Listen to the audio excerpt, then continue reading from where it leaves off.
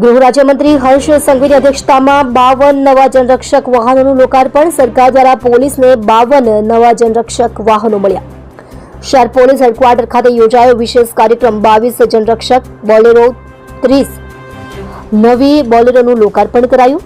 ગૃહ રાજ્યમંત્રી હર્ષ સંઘવીની અધ્યક્ષતામાં લોકાર્પણ કરાયું. જનરક્ષક પ્રોજેક્ટથી પોલીસ તંત્ર મજબૂત બનશે. હર્ષ સંઘવી સુરત શહેર પોલીસ હેડક્વાર્ટર ખાતે ગૃહ રાજ્યમંત્રી હર્ષ સંઘવીની અધ્યક્ષતામાં જનરક્ષક ગાડીઓના લોકાર્પણનો કાર્યક્રમ યોજવામાં આવ્યો હતો, જેમાં 22 જનરક્ષક બોલેરો અને 30 નવી બોલેરોનું હર્ષ સંઘવીના હસ્તે લોકાર્પણ કરવામાં આવ્યું હતું. ગૃહ રાજ્યમંત્રી હર્ષ સંઘવીએ જણાવ્યું હતું કે આ પ્રોજેક્ટ થકી શહેરી વિસ્તારમાં રિસ્પોન્સ ટાઈમ ઘટાડી શકાશે. આ જનરક્ષક વાહનોને કોઈ સીમા લાગશે નહીં. ઘટના સ્થળથી નજીક જે વાહન હશે તે વહેલા પહોંચી જશે. જનરક્ષક પ્રોજેક્ટથી પોલીસ તંત્ર વધુ મજબૂત બનશે તેવું પણ તેઓએ જણાવ્યું હતું.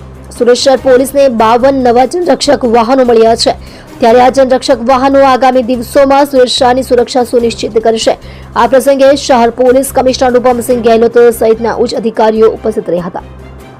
આપ જોઈ રહ્યા છો ગુજરાતની સૌથી પહેલા ખબર આપતી Surat express news channel, director Rajesh મંગલેની સાથે.